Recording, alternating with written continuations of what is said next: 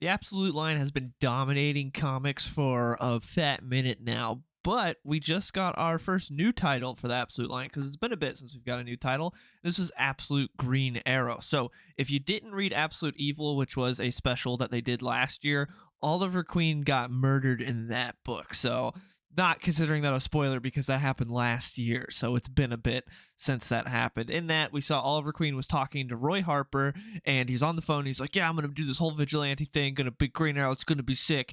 And then we see Hawkman carrying his corpse into a meeting with all the big bads of the Absolute Universe. And so then it was like, "Oh, who's gonna be Absolute Green Arrow then if Oliver Queen's dead?"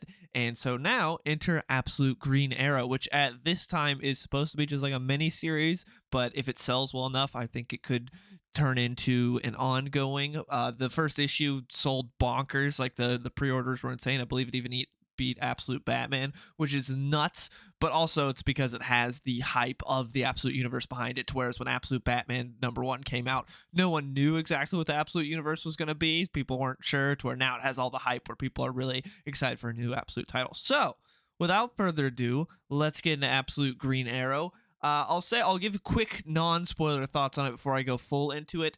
My non-spoiler thoughts are when Green Arrow is in the book, it's sick. I like it a lot, but when Green Arrow's not in the book, it's not very good, and it's a pretty bad comic. And the sad thing is, Green Arrow's in like 5 pages of this book. So that is my quick non-spoiler thoughts before I go into it. So if you haven't read the comic, I'm about to get into spoilers, and I want to give you a spoiler warning there. Let's delve into this thing. The comic opens up with Green Arrow hunting Jubal Slade, this guy who is the co-creator of the Green Arrows trading app, which is, a not so subtle reference to, and real life you have the Robin Hood trading app. So here you have the Green Arrow trading app, and you see Green Arrow hunting this guy down. You see one of the guys he hits is gets hit with some sort of like virus sickness. So these arrows are poisoned, so they're not just straight up killing you by hitting vital organs. They're also poisoned. But we see that he's hunting them, and this Jubal Slade guy's like, "I'll give you whatever you want. Tell me what you want." And then Green Arrow's like, "I'm gonna make an example of you." And the art is great. I really like the art on this. It's really cool whenever Green Arrow's around. Raphael Albuquerque does a great job with this Green Arrow. I think the design is so cool. He's got like two blades that come together to make the bow, and it looks sick. And I like this sort of like, I don't know, Japanese demon mask type deal that Green Arrow is wearing.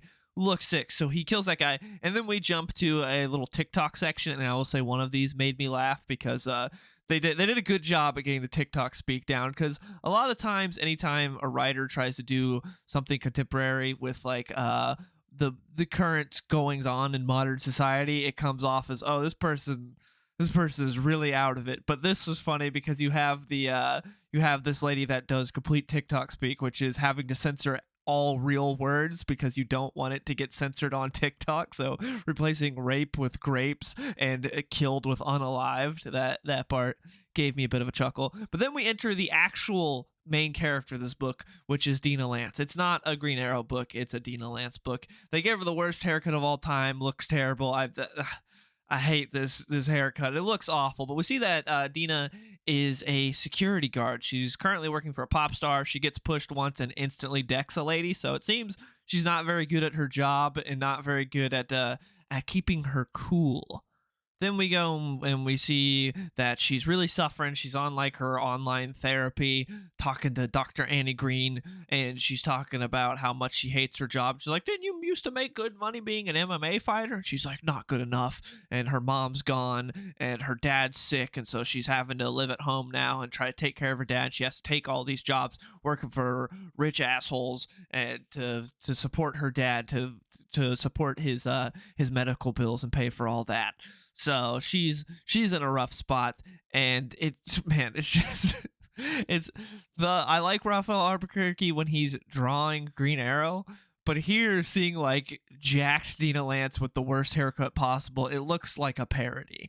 Like that part looks kind of rough. Like she's got these huge traps and a terrible haircut. It's like, what have you done to my girl? You've butchered you butchered poor Black Canary.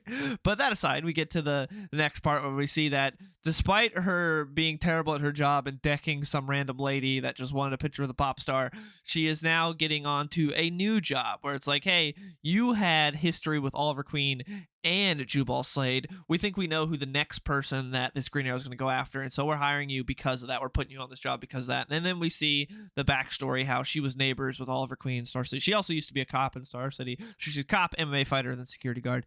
And we see that she used to date Oliver Queen, and we see the beginnings of the Green Arrow trading app. So Oliver and Jubal Slade were creating it. Oliver was kind of like the idea guy in the face of it, and Jubal was the coding guy. We see in this flashback Ollie explain to Dinah what the Green Arrow trading app is exactly, and it's an easy to navigate stock trading app that doesn't charge fees, and there's no account minimum. So he's trying to democratize trading. So that's his idea, to try to help poor people actually make some money and not just be the rich get richer sort of deal. So him and Jubal are doing this. And also, I forgot to mention earlier, after Jubal died, it was with the TikTok stuff and everything, it was shown that he was also sort of an Epstein. He had an island where he was taking underage people to and diddling them and doing all sorts of things. So Jubal, not a great guy. And we see kind of the beginnings of that here, where they just basically call him an incel, where they're talking about he's kind of a weirdo when he walks in on Dinah and Ollie, and he stares at Dinah's body. And then she's like, this guy needs to get out more. And Ollie's like, yeah, I take him out to parties and clubs or whatever. And he just sits there and stares at girls, but he's harmless. And then obviously we learn later that he was not harmless, because when he got power, he became a real bad guy. But anyways, they talk about how they're trying to do this app and redistribute power, and that's their goal. And then Dinah goes on to explain how this is what made Ollie a billionaire. Him and Jubal became billionaires. And then eventually, after some of the stuff came out about Jubal, the accusations, Ollie kicked him out of the company and took over Green Arrow's trading. And then he was killed, as we saw in Absolute Evil. Also, the guy that's offering her this job from this sister security firm is Malcolm Merlin. So there's a lot of characters mentioned in this. We got Malcolm Merlin, we got Hector Hammond. There's a ton of different DC names in here that you'll see, where it's like, oh, now we're seeing their absolute counterparts. So he's offering her this job. Also, I forgot to mention that Ollie cheated on Dinah, and that's why they broke up. That's the way they were no longer together. But anyways, he gives her some more details on when Jubal died, what happened, and that he got marked up, he got stabbed through the eyes, he had his genitals mutilated. He had all these things where it's like all the body parts that Jubal allegedly couldn't keep off underage women. Then Merlin shows her the suspect list, which is Roy Harper, Mia Dearden, and Tom Holloway. So, 3 Green Arrow characters. We got 2 Speedies and a Spider. And then we see the 2 people that she's supposed to be protecting walk in, which is Reese Tyler and Hector Hammond. And they're talking to her like, oh, she's going to be the one that's going to be, added to the security detail. And she's like, actually, I'm not accepting the job. I don't want to do this. And Hector Hammond, then we get some very heavy-fisted, very heavy-handed dialogue from Hector Hammond talking about. He's like, oh, you don't want to do this? Well, I heard that you're doing this to help your dad's medical bills. Well, he takes a tablet, presses a button. He's like, now your dad has 0 medical coverage. So now you'll have to work for us. So then she works for them. And we get a little look at her and her dad, her holding her dad, and talking about how he was a cop for so long and how it's been hard without their mom and all that. And then we go to the Arrow Cave, because they're trying to investigate what was going on with Oliver Queen. What was he doing? And when they go and investigate, they then get attacked by Green Arrow, and the book gets good again. We do get one panel of Dinah looking very rough again, looking like a young lad. And then the Green Arrow attack happens. Dinah's the only one's fast enough to avoid the arrows shot at her, and she's also fast enough to catch an arrow, but the arrow still slices the guy, and as we learned earlier, the arrows are poisoned, so if this guy just dies, Dinah kind of failed at her job. Again, seems like she's really bad at the security guard job. She punched an old lady at the beginning of the issue, and now she's letting one of the guys she's supposed to protect die. Doesn't seem like she's too good at this security guard thing. I don't know why she's getting paid so much for it. Anyways, then we see a hand grenade arrow get used, which I thought was pretty cool. I like that, because Ollie's always been known for his funny little trick arrows, like boxing glove arrow, but it's always funny when you see explosive arrows, it's generally like an explosive tip and it's blah blah blah, and here it's just a hand grenade taped to an arrow. So that was fine to see. And Green Arrow shows up and looks sick. We see him take apart his bow and how it works, and he starts slicing people up, and Dinah's just in awe, like, how does someone fight like this? How's he moving so fast? This is crazy. I've never seen anyone move like this. He slices off Hector Hammond's hand, and he's like, you know what you did, Oliver Queen. And Hector's like, I didn't that wasn't me.